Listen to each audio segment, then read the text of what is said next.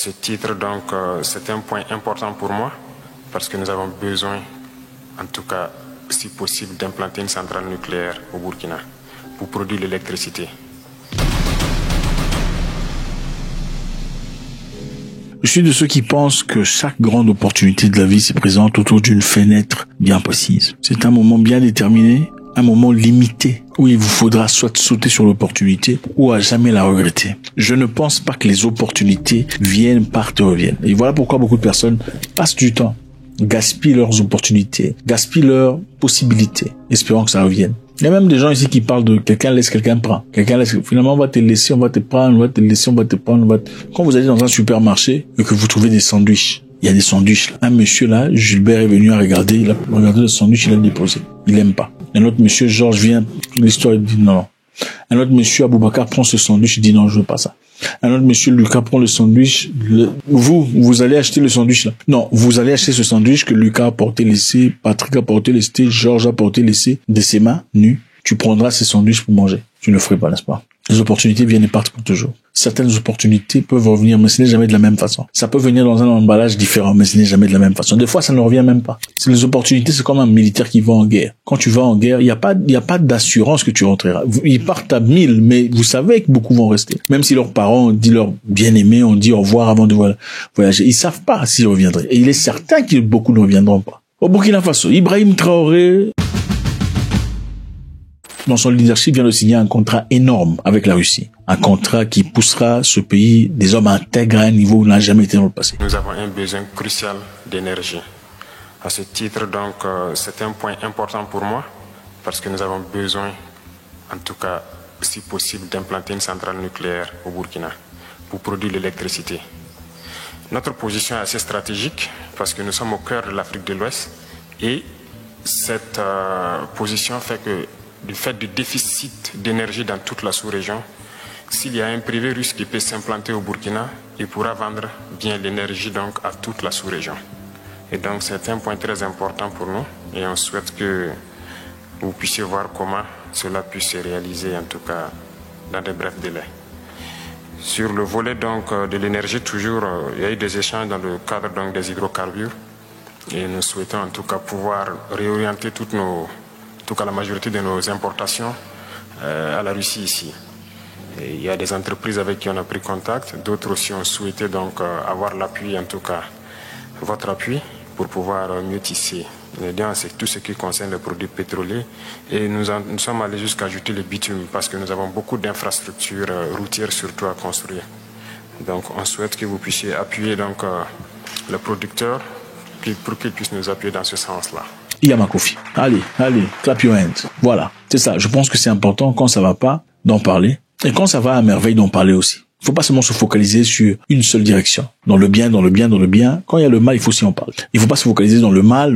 C'est comme si vous avez des problèmes internes avec la personne. Alors, le Burkina Faso a officiellement signé le document administratif final d'un accord nucléaire intergouvernemental historique avec la Russie, franchissant une étape importante dans sa quête d'énergie nucléaire. Certainement, félicitations parce que l'opportunité est là, avec le leadership du Burkina Faso, pour accomplir ce dessein, comme je disais précédemment. Des fois, Dieu vous donne une opportunité. C'est la seule. Moi, j'ai beaucoup de regrets dans certaines histoires. Parce que vous pensez que ça revient toujours. Ça s'arrête. Quand vous pensiez pouvoir réparer plus tard, ou faire un peu plus, ça s'arrête. Je connais la maman de quelqu'un de très proche. Ses parents, en fait, étaient vieux. Et comme je les côtoyais souvent, je savais ils avaient bien investi, mais ils étaient en décadence financière. J'ai fait quelques histoires, mais j'aurais pu faire beaucoup parce que je sais que c'était dans mes intentions. Mais quand ses parents sont morts, c'était rapidement comme ça. La femme meurt le lundi, le mari meurt le mercredi. Un homme mourir de douleur, d'amour pour sa femme. Ils ont été mariés pendant 50 ans. Incroyable. C'est-à-dire, certaines opportunités, quand vous les avez à cœur, il faut les faire.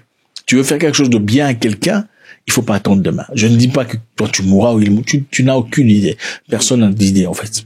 Alors, je pense que c'est généreux de dire que M. Traoré saisit cette opportunité pour faire des choses qui sont grandes. Même après son départ. Il va partir avec l'histoire nucléaire sur ses épaules sous la tombe. Non. Il part nu. Ces histoires resteront pour les enfants burkinabés. Alors, qu'est-ce qui va se passer dans cette histoire? Ce qui va se passer est que l'accord sera géré par l'entreprise russe Rosatom.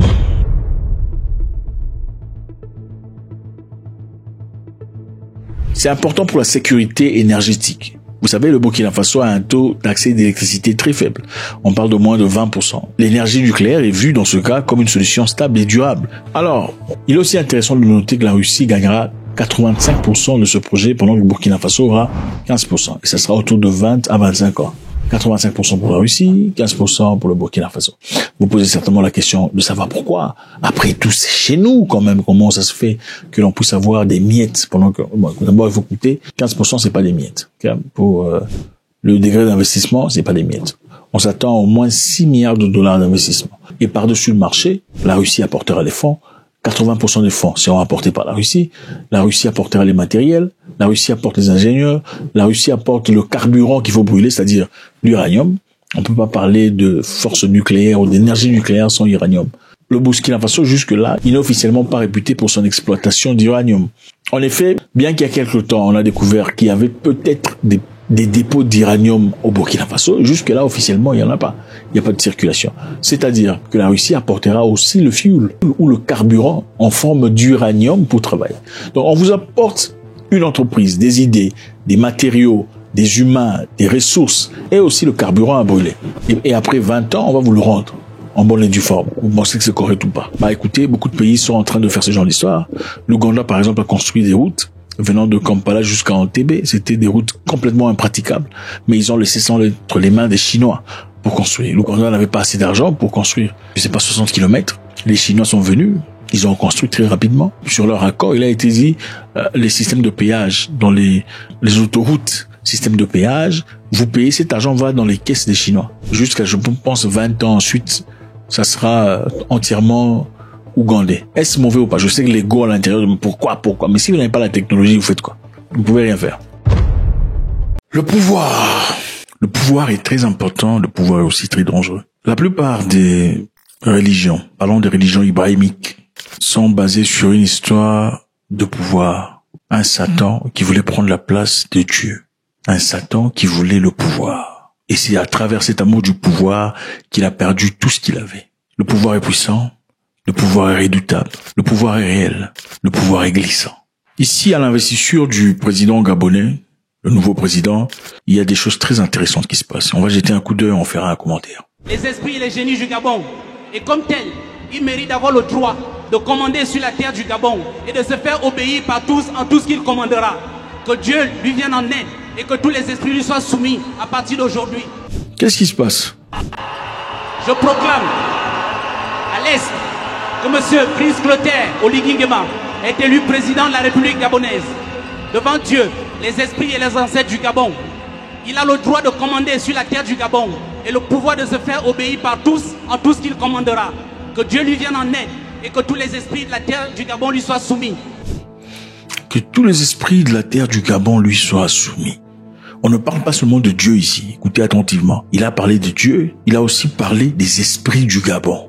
Que les esprits du Gabon lui soient favorables, que les esprits du Gabon lui soient soumis. Continuons. Je proclame au sud que M. Brice Clotaire Oligui Nguema est élu président de la République gabonaise. Et comme tel, il a le droit de diriger le Gabon. Il a reçu les attributs, il a reçu le pouvoir. Il est désormais président. Et tous les esprits et la terre du Gabon lui doivent obéissance en tout ce qu'il ordonnera et tout ce qu'il... Regardez attentivement, vous voyez, il y a la place de la tradition. Donc il y a ces guerriers gabonais, ces guerriers traditionnels qui sont habillés conformément à la tradition, qui sont là, ok, additionnés aux militaires, le papa monsieur qui est habillé en militaire. Ceux-là aussi sont représentatifs des militaires gabonais, mais traditionnels. Continuons. Nous proclamons à l'ouest. Le feu, c'est motion de pouvoir. Que M. Brice Clotaire Oligui Nguema on proclame à l'est, on a commencé par le nord, je suppose, ou sud. C'est à l'est maintenant. A reçu les attributs de pouvoir. Et comme tel, il a le droit de commander sur la terre du Gabon. Il a été élu président de la République. La sorcellerie ou pas? Gabonaise. Faites dans le commentaire. Monsieur le président de la République, que toute l'iniquité qui pesait sur vous par vos pères. Ok, il est en train de couper les liens d'iniquité. Continuons. Et le péché de vos mères soit débarrassé de vos mains. À cause des liens familiaux, les liens de sang, les liens claniques, les hommes ont des problèmes. Vous devez entrer dans le nouveau Gabon avec les mains pures. On a coupé les iniquités de sa famille avec le feu. Continuons. Sans tâche, débarrassé de toute faute, de toute erreur. Certaines personnes diront, on est en train de le laver des mauvaises étoiles, n'est-ce pas? Ce sont des terminologies qu'on emploie. On est en train de se débarrasser de tout envoûtement, de toute sorcellerie, de mauvaise chance. Regardez le président, il y a un président là qui est en train de rire, le monsieur en chapeau là, il est où? Regardez comment il rit, regardez son visage. Zoomez, regardez comment il rit. Ok.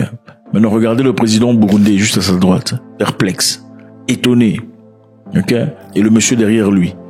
Ce sont des choses qu'on voit très rarement en Afrique, généralement. Ok. Généralement, c'est facile de voir des gens prier, style chrétien, tout ça. Tout le monde adore ça. C'est beau. Oh, le président a laissé le pays entre les mains des dieux. Et puis finalement, c'est la guerre qui commence et ça s'arrête par la pauvreté, la misère. Peut-être qu'il faut changer de formule, on ne sait pas. Peut-être qu'il faut changer de formule. Ou bien les prières n'étaient pas sincères. Parce que on peut aussi prier le Dieu des chrétiens pour faire plaisir à la population. Quand vous priez le Dieu populaire de tout le monde, vous faites plaisir aux gens.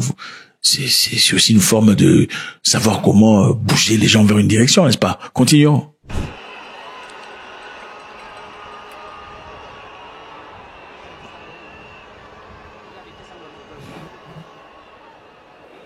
Les gens sont choqués parce que c'est le genre d'histoire qui ne se passe presque jamais. Je pense que c'est seulement à côté des Zoulous et autres qu'on voit ces genres d'histoires, parce qu'ils sont restés très traditionnels. Et généralement, les Africains trouveraient ces genres d'histoires comme pourquoi vous passez l'état? Est-ce qu'on peut passer à des choses sérieuses? Sans comprendre que, écoutez, chacun selon ses valeurs, ses croyances. La croyance est la chose la plus importante. Écoutez, si vous croyez en ça, ça va vous faire des choses dans la vie. Voilà pourquoi on parle de foi dans la spiritualité, on parle de croyance, on parle de force mentale dans certaines formes de réflexion. C'est la croyance, même en santé, comment vous appelez ça?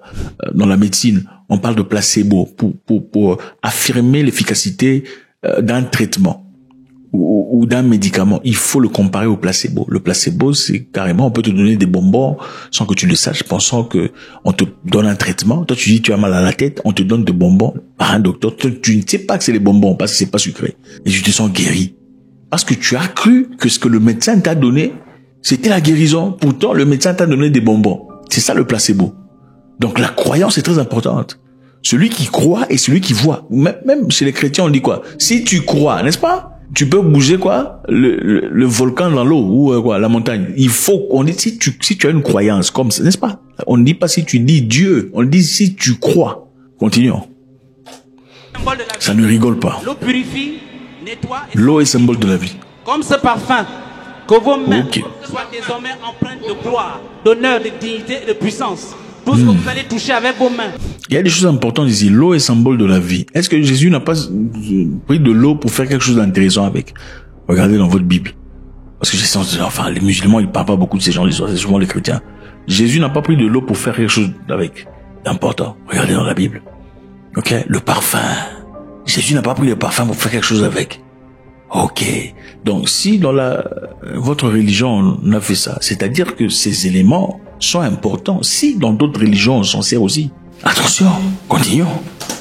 Tout ce que vous allez toucher avec vos mains sera couronné de succès. Tout ce que vous allez faire réussira. Tout ce que vous allez faire sentira bon aux yeux de Dieu et des esprits. Tout ce que vous allez faire pour le Gabon sera une réussite. Avant l'arrivée des autres, des Européens et tout le bazar, Dieu ne vous écoutait pas. Sinon, j'ai juste une question, je pose. Dieu n'écoutait pas les Africains. Les Africains, on les exauçait pas. Bon, qui exauçait aussi, si les Africains n'avaient pas, s'ils avaient au moins ce qu'ils désiraient après avoir fait une prière. Qui avait exaucé cette prière? Non, je demande, si un Africain à l'époque, avant l'arrivée de la parole, à l'époque, il y a très longtemps, quand il priait pour demander de l'aide, pour guérir, Dieu les écoutait ou les écoutait pas? Enfin, n'avait-il pas, finalement, après avoir fait une prière, réponse à leur prière? S'ils avaient des réponses, ça venait de qui? D'où? Continuons. Ce que vous allez faire pour le Gabon sera une réussite.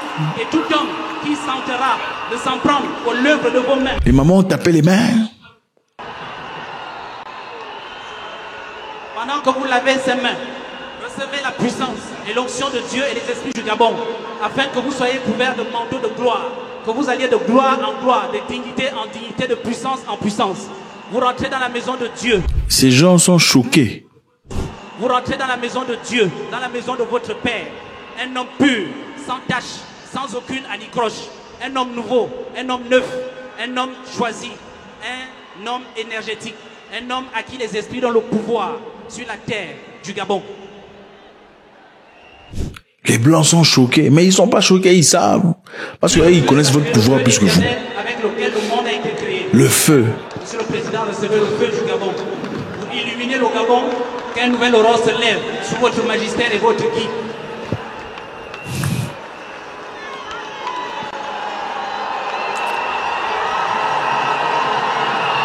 Le diable était fâché contre l'humain. Il a refusé de se courber, disant, moi, on m'a fabriqué avec le feu. Toi, on fait de la poussière. Pourquoi moi, je veux m'accroupir devant toi? Moi, je suis fait de feu. Toi, tu es fait de poussière. Pourquoi moi, je veux m'accroupir devant toi? Bon, ça, c'est une version que vous ne connaissez peut-être pas. Vous n'avez jamais entendu parler. Continuons.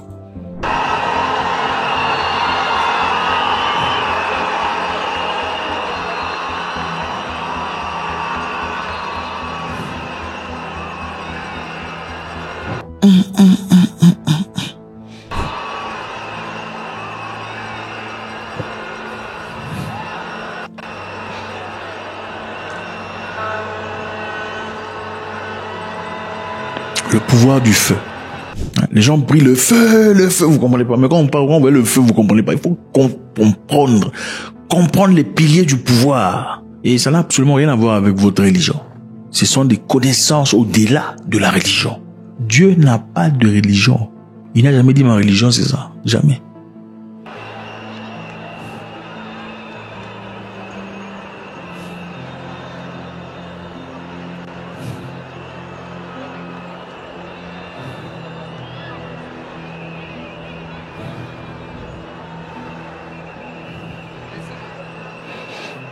Faites ça si c'est pas encore fait, s'il vous plaît. Faites ça.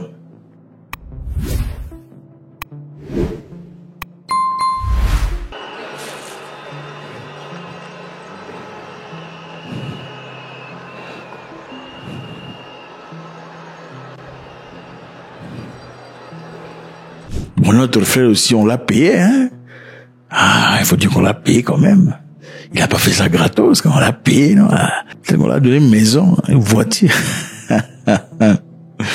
La vie a changé. Monsieur le Président de la République, voici la lance, symbole du pouvoir, de l'autorité, de l'homme gabonais debout. Avec cette lance, vous avez le pouvoir d'établir la justice, d'établir l'équité, d'établir l'ordre et de diriger le Gabon, de devenir le chef et de n'être contesté d'aucune manière, qu'aucune force, aucune créature sous la mer, c'est beaucoup de pouvoir qu'on lui donne là. sur la terre ni dans les cieux ne s'oppose à vous tant que vous resterez sur la voie que Dieu a tracée.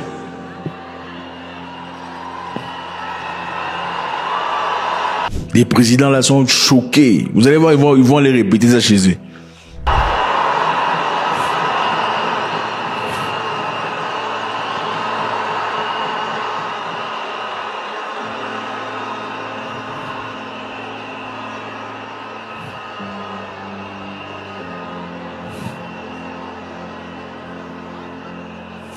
Généralement, la capacité de se remettre en question est l'une des choses les plus difficiles que l'humain soit capable de faire. La majorité des gens ont tendance à penser qu'ils sont toujours dans le bon, okay? Toujours du côté de la raison. Que j'avais raison, il avait tort. J'avais raison, il a mal fait. Il aurait dû me parler avec plus de grâce. Il aurait pu être un peu plus généreux. Il aurait pu parler avec un peu plus de gentillesse, de condence, de simplicité. Oh, il est beaucoup trop arrogant. C'est jamais nous, hein. C'est jamais moi qui étais un peu trop intolérant, moi qui étais peut-être irrespectueux ou irrespectueuse. Ce n'est jamais moi qui étais intransigeant ou intransigeante. C'est généralement les autres. L'être humain a généralement du mal à se remettre en question. C'est difficile parce que se remettre en question pour beaucoup de personnes, c'est comme avoir l'impression de faire une négation de tout ce dont ils existent, hein, tout ce pourquoi ils existent. Voilà.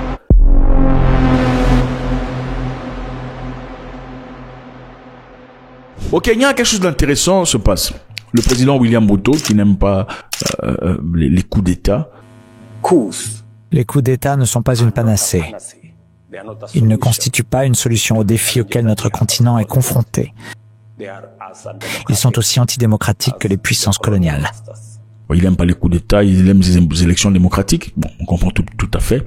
Beaucoup de personnes n'aiment pas les coups d'État, mais on se pose la question aussi de savoir si les gens sont subjugués, ils sont matérialisés, si les gens sont longtemps sujets d'une pression, d'une dictature, comment fait-on? Si on ne peut manifestement pas gagner les élections à travers les moyens normaux, comment on fait? On reste là et on place tout entre les mains des dieux, comme le feraient généralement les gens d'un coin, où ils mettent tout entre les mains des dieux, ou on se lève et on dit, écoutez, trop c'est trop, le pays ne vous appartient pas, en tout cas pas à vous seuls. Si nous sommes tous originaires de ces terres, alors nous méritons à égalité de bénéficier de tout ce qu'il y a de bien de ces terres. Monsieur William Ruto était très en danger il y a quelques jours. On lui a balancé une chaussure au visage, ok? Pendant un meeting, on lui a jeté une chaussure au visage, et heureusement pour lui, il a pu parer ça avec sa main. Okay? Un président de la République, dans un milieu public, reçoit une chaussure au visage. Et heureusement pour lui, il a pu parer ça. Mais ça l'a touché. On peut se poser beaucoup de questions, n'est-ce pas? Et si ce n'était pas une chaussure? C'était autre chose. Ou bien si c'était une chaussure, que c'était une chaussure blindée, ou une chaussure piégée, ça aurait été très dangereux, n'est-ce pas? Dimanche, lors du rassemblement du comité de Migori, à l'ouest du Kenya, Ruto a bloqué une chaussure projetée avec son bras. Il ne semblait pas blessé. Alors, qu'est-ce qui s'est passé? Qu'est-ce qu'on a dit? Évidemment, on se pose beaucoup de questions sur sa sécurité. Comment ça se fait qu'un président de la République peut avoir ce genre de situation? Le ministre de l'Intérieur a fait un commentaire. Son ministre de l'Intérieur a dit que la police avait arrêté 3 personnes. On the incident that happened during His Excellency. Concernant l'incident survenu pendant les fonctions de son Excellence, je pense qu'une enquête est en cours. Je m'arrêterai donc là pour déterminer s'il y a eu une véritable faille de sécurité, s'il y avait intentionnellement intention de nuire au président ou s'il s'agissait d'un autre problème. L'enquête est donc en cours. Donc 3 personnes par rapport à cette histoire où on a jeté un truc à Ruto. Je vous rappelle que Ruto n'est pas tout à fait, pas exactement aimé de tout le monde. Il y a aucune personne qui est aimée de tout le monde, mais Ruto a eu des problèmes sérieux avec sa population très récemment, où les jeunes hommes sont sortis dans les rues pour aller pousser contre une loi qui devrait être mise en place, une loi exigeant à ce qu'il y ait des taxes supplémentaires pour achat de pain. Donc tu veux acheter ton pain, il y a le prix, il y a aussi le prix du taxe qu'il faut payer au-dessus. Tu veux acheter une bande hygiénique, il y a le prix de la bande hygiénique, il y a aussi la taxe qui est au-dessus de la bande hygiénique qu'il faut payer. Il y a le prix du traitement de cancer, il y a aussi la taxe au-dessus de traitement. Voilà, c'était compliqué, les gens étaient très fâchés. Des jeunes hommes nés en 2000 étaient dans les rues en train de... Ils n'ont pas prié, hein. Oh Seigneur, entre les mains des dieux. Et puis ils sont partis au concert, jamais. Ils sont allés dans les rues. And I want to tell this government, we gave you the entry, we are going to show you the exit. Mr. President, watch us. I don't want him as my president. I even regret why I voted him. Yes, he must go. This finance bill, we are not amending. We are rejecting. Everything, withdraw it. Ils ont résisté, ils ont charbonné. Les gens ne sont pas égaux en Afrique. Il faut pas dire les Africains, il n'y a pas les Africains, c'est chez vous que vous êtes comme ça. C'est chez vous que vous êtes des péreux. C'est chez vous qu'on peut te dire non, on va toucher ta mère. Tu regardes, tu vois, il y a cette personne musclée, tu dis ok, Seigneur, j'ai pris. Voilà. Les Kenyans sont pas comme ça. Mais ils sont pas musclés, hein. Bref, continuons. Les jeunes Kenyans sont sortis dans les rues pour réclamer leurs droits. Et évidemment, il y a eu beaucoup de Kenyans qui sont tombés, beaucoup ont perdu la vie. Mais ce n'était pas en vain, parce qu'en fin de compte, la loi n'a pas été acceptée, elle a été rejetée. Et ce n'est pas comme chez vous, on vous chicote un peu, vous fiez, vous commencez d'abord le on va mourir ici, vous venez en groupe, on va mourir, mais quand on vient, comme des froussards, des trouillards. Les hommes sont pas comme ça. Hein. Un homme n'est pas comme ça. Un homme n'a pas peur. Regardez, un vrai homme sait qu'il naît un jour, il mourra un jour. Personne ne va s'en évader. L'islam dit, tout le monde connaîtra la mort. Un homme naît un jour, il meurt un jour. On le dit dans beaucoup d'histoires. Mais tout le monde connaîtra la mort. Tu as peur de quoi? Il y a aussi un pays là-bas, en tout cas quelques pays de l'Afrique de l'Est, qui ont une mentalité quand même assez intéressante. Ils disent wawili wakufe watatu wasonge, wene watabaki watajenga nchi. Wawili wakufe watatu wasonge, wenye watabaki watajenga nchi. C'est-à-dire, même si 2 tombent, c'est-à-dire tomber en mourant, et que 3 progressent, ceux qui vont rester construiront le pays. C'est ça la mode. Même si 2 tombent et que 3 progressent, ceux qui resteront vivants construiront le pays.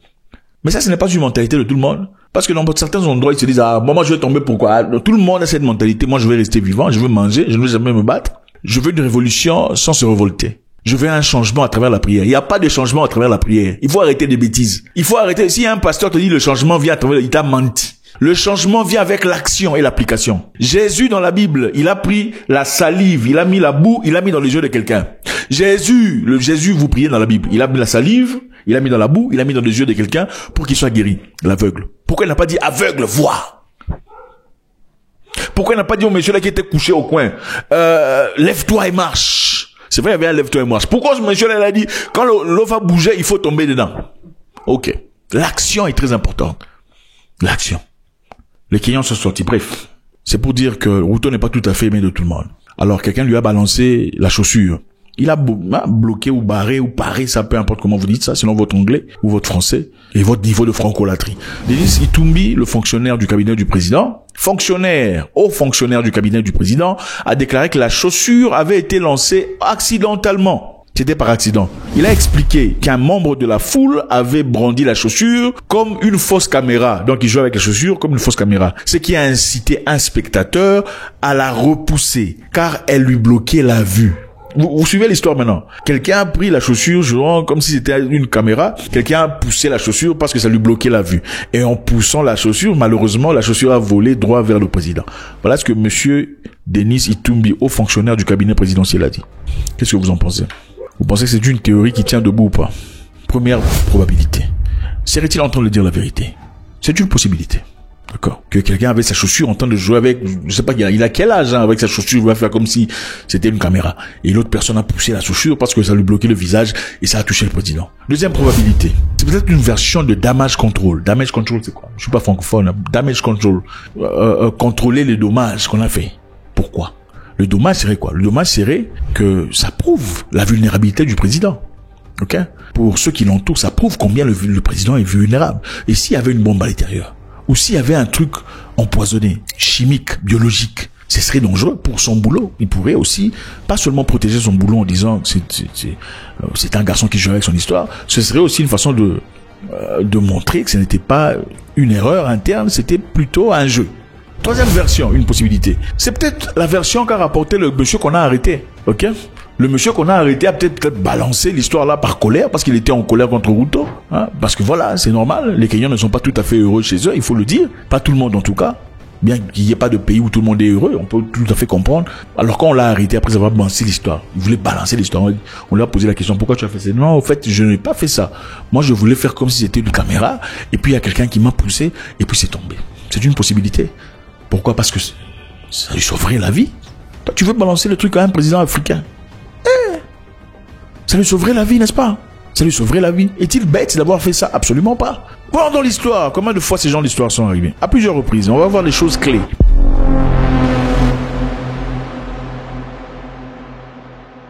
Avec George Bush, par exemple, en Irak, en 2008, le président américain George Bush a esquivé une chaussure lancée par un journaliste irakien en signe de protestation contre le chaos qui a suivi l'invasion menée par les États-Unis. Le journaliste était en colère. Vous avez détruit notre pays sous prétexte qu'il y avait des armes de destruction massive que vous n'avez jamais montré. En effet, vous avez quitté notre pays avec notre or. Oui, il a pris beaucoup d'or. L'or a disparu.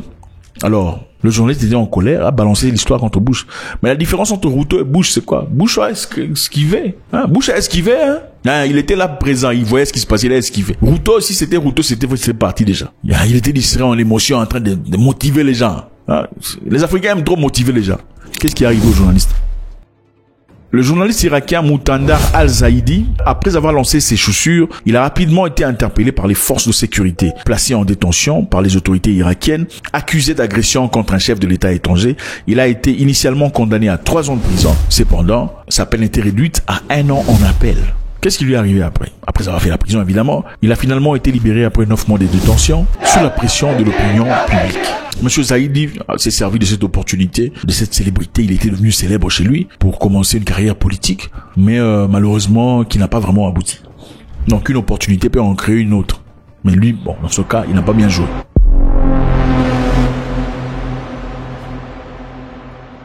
Emmanuel Macron. Un petit coup.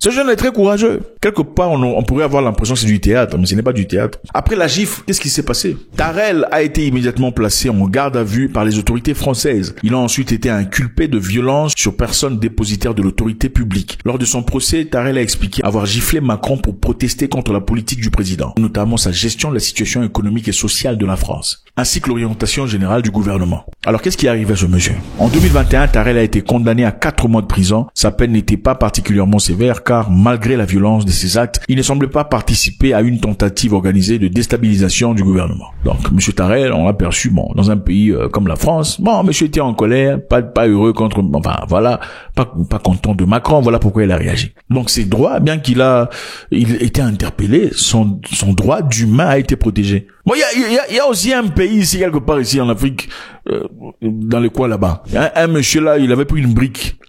Il a pris une brique, il a frappé la voiture d'un président. La République, le président de la République à l'époque, les gens ne l'aimaient pas, en tout cas à l'époque. À part ceux qui, évidemment, mangeaient de son argent, parce que généralement c'est comme ça. Les Africains sont pas les mêmes, ils sont très différents. Il y a des Africains qui se battent pour des choses qui sont correctes au nom de tout le monde. Et il y a aussi des Africains qui se battent pour leurs intérêts personnels. Il faut savoir la différence. Et pour connaître la différence, il faut vous déplacer dans plusieurs pays africains. Pas un ou deux pays où je connais l'Afrique. Non, tu ne connais pas l'Afrique. Les Africains sont différents. Il faut se déplacer au moins dans 10 pays africains pour commencer à comprendre la différence. Il y a des Africains qui se battent pour l'intérêt de tout le monde. Il y a des Africains qui vous sacrifient. Pour eux, le pays va bien. Du moment qu'ils sirotent du champagne. Vous, bon, on s'en fout. Arrêtez d'attaquer notre président. C'est leur président de leur tribu. Dans ces pays, le président, c'est un président tribal. Président de sa tribu, c'est notre pouvoir. C'est des choses incroyables. Alors, le jeune monsieur, brave, courageux, il faut le dire, arrivé au point de jeter une brique contre le cortège du président. Pourquoi on fait ça? Pourquoi un homme ferait ça? Un homme ferait ça parce qu'il est dans le désarroi. Il en a marre. Il faudrait plutôt demander à la personne, monsieur, pourquoi vous en arrivez là? Et aussi, encourager son courage. C'est-à-dire que c'est un élément. Si la grande majorité d'humains ne peuvent pas faire ça dans votre pays, et que vous avez un homme qui a le courage de faire ce genre de choses, pas pour dire qu'il veuille tuer quelqu'un. Parce que s'il voulait tuer, il n'aurait pas emmené une brique. Il aurait emmené une bombe. Un homme qui a le courage de faire ça, sachant quelque part dans sa tête qu'avec une brique, ça ne pénétrait certainement pas le cortège du président qui est certainement blindé.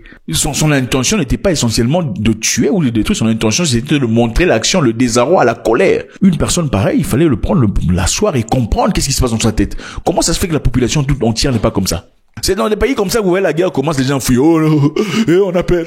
Oh, c'est entre les mains de Dieu. Pourquoi? Parce qu'il n'y a pas des hommes. Les hommes, vous les tuez. Vous tuez les hommes que vous avez qui peuvent vous aider à devenir, vous les tuez. William Ruto. La leçon est passée. God bless.